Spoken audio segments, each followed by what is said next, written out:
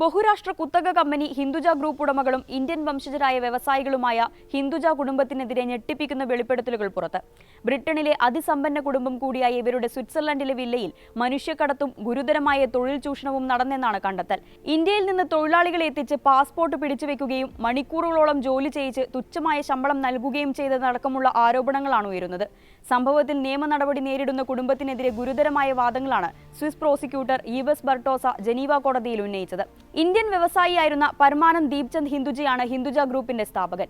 Automotive, oil, shipping, banking, ആരോഗ്യം, മാധ്യമം ഉൾപ്പെടെയുള്ള വിവിധ രംഗങ്ങളിൽ വ്യാപിച്ചു കിടക്കുന്ന ബിസിനസ് ശൃംഖലയാണ് നിലവിൽ Hinduja. Ashok Leyland, switch mobility, IndusInd bank, Hinduja health care, Gulf oil, NXT digital എന്നിവയാണ് പ്രധാന ബിസിനസ് സംരംഭങ്ങൾ.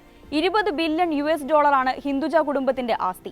ഏകദേശം 1,68,770 കോടി രൂപ. മേൽപ്പറഞ്ഞ വ്യവസായ സംരംഭങ്ങൾക്ക് പുറമെ റേഫിൾസ് ലണ്ടൻ ഹോട്ടൽ ഉൾപ്പെടുന്ന നിരവധി റിയൽ എസ്റ്റേറ്റ് സ്വത്തുവകകളും ലണ്ടന്റെ വിവിധ ഭാഗങ്ങളിലായി കുടുംബത്തിനുണ്ട്. റേഫിൾസിൽ പ്രീമിയം സ്യൂട്ടിൽ ഒരു രാത്രിക്കുള്ള ഫീ £25,000 ആണ്.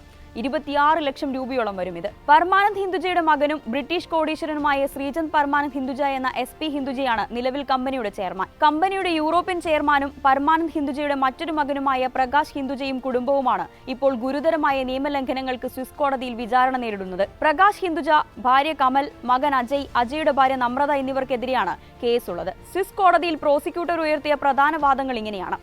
ഇന്ത്യയിൽ നിന്നെത്തിച്ച തൊഴിലാളികൾക്ക് മൊത്തം നൽകുന്നതിന്റെ എത്രയോ ഇരട്ടി വളർത്തുനായയ്ക്ക് വേണ്ടി ഹിന്ദുജ കുടുംബം ചെലവിട്ടിട്ടുണ്ട്. 8,584 സ്വിസ് ഫ്രാങ്ക്സ്, അതായത് ഏകദേശം 8.09 ലക്ഷം രൂപയാണ് നായയ്ക്ക് വേണ്ടി ഒരു വർഷം ഇവർ ചെലവിട്ടത്. അതേസമയം ദിവസം 18 മണിക്കൂർ വരെ ജോലിയെടുപ്പിച്ച് തൊഴിലാളികൾക്ക് നൽകുന്ന ദിവസക്കൂലി വെറും 7 ഫ്രാങ്ക്സ് ആണ്, അഥവാ നമ്മുടെ നാട്ടിലെ വെറും 660 രൂപ. തൊഴിലാളികളുടെ പാസ്പോർട്ടുകൾ പിടിച്ചുവെച്ച് ഇവരെ പുറത്തിറങ്ങാൻ അനുവദിച്ചില്ല. തൊഴിലാളികളുടെ സഞ്ചാര സ്വാതന്ത്ര്യം നിഷേധിച്ചു. സ്വിസ് നിയമപ്രകാരം മനുഷ്യക്കടത്തിൽ വരുന്ന കുറ്റമാണിത്. ഇന്ത്യൻ രൂപയിലാണ് തൊഴിലാളികൾക്ക് വേതനം നൽകിയിരുന്നത്. ഇതിനാൽ സ്വിറ്റ്സർലൻഡിൽ പുറത്തിറങ്ങി സഞ്ചരിക്കാനോ സാധനങ്ങൾ വാങ്ങാനോ ഇവർക്കാകില്ല. തൊഴിൽ കരാറിൽ ജോലി സമയമോ അവധി ദിവസമോ ഒന്നും വ്യക്തമാക്കിയിരുന്നില്ല. കുടുംബം ആവശ്യപ്പെടുന്നതനുസരിച്ച് തൊഴിലെടുക്കണമെന്നായിരുന്നു നിർദ്ദേശം. കരാറിലെ ഈ അവ്യക്തത മുതലെടുത്താണ് തൊഴിൽ ചൂഷണം നടക്കുന്നത്. എന്നാൽ സ്വിസ് പ്രോസിക്യൂട്ടറുടെ വാദങ്ങളോട് ഹിന്ദുജ കുടുംബം പ്രതികരിച്ചത് ഇങ്ങനെയായിരുന്നു. തൊഴിലാളികളോട് എല്ലാവിധ ആദരവോടെയുമാണ് പെരുമാറിയിരുന്നത്. ഒരു തരത്തിലുള്ള തൊഴിൽ ചൂഷണവും നടന്നിട്ടില്ല. തൊഴിലാളികൾക്ക് സൗജന്യ ഭക്ഷണവും താമസവും നൽകിയിരുന്നു.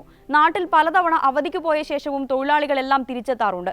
ജോലിയിലും കുടുംബത്തിൽ നിന്നുള്ള പെരുമാറ്റത്തിലുമെല്ലാം അവർ സംതൃപ്തരാണെന്നും പരാതിയൊന്നുമില്ലെന്നുമാണ് ഇത് വ്യക്തമാക്കുന്നത്. തൊഴിലാളി നിയമനത്തിലും കൈകാര്യത്തിലുമൊക്കെ കുടുംബത്തിന് നേരിട്ട് പങ്കില്ല. ഹിന്ദുജ കുടുംബത്തോടുള്ള പ്രോസിക്യൂട്ടറുടെ പക്ഷപാത സമീപനമാണ് ആരോപണങ്ങളിൽ മുഴുക്കെയുള്ളത്. മറ്റൊരു കുടുംബവും ഇത്തരമൊരു സമീപനം നേരിട്ടിട്ടില്ല. അതേസമയം പ്രകാശ് ഹിന്ദുജയ്ക്കും കുടുംബത്തിനും ദീർഘമായ തടവ് ശിക്ഷ നൽകണമെന്നാണ് കോടതിയിൽ പ്രോസിക്യൂട്ടർ ആവശ്യപ്പെട്ടിരിക്കുന്നത്. ചൂഷണത്തിനിരയായ തൊഴിലാളികൾക്കുള്ള നഷ്ടപരിഹാര തുകയായി കുടുംബം 3.5 മില്യൺ ഫ്രാങ്ക്സ്, ഏകദേശം 33 കോടി രൂപ നൽകുകയും വേണം. ഇതിനു പുറമെ കോടതി ചെലവുകൾക്കായി 1 മില്യൺ ഫ്രാങ്ക്സും അടയ്ക്കണമെന്ന് പ്രോസിക്യൂട്ടർ ബെർട്ടോസ ആവശ്യപ്പെട്ടിട്ടുണ്ട്.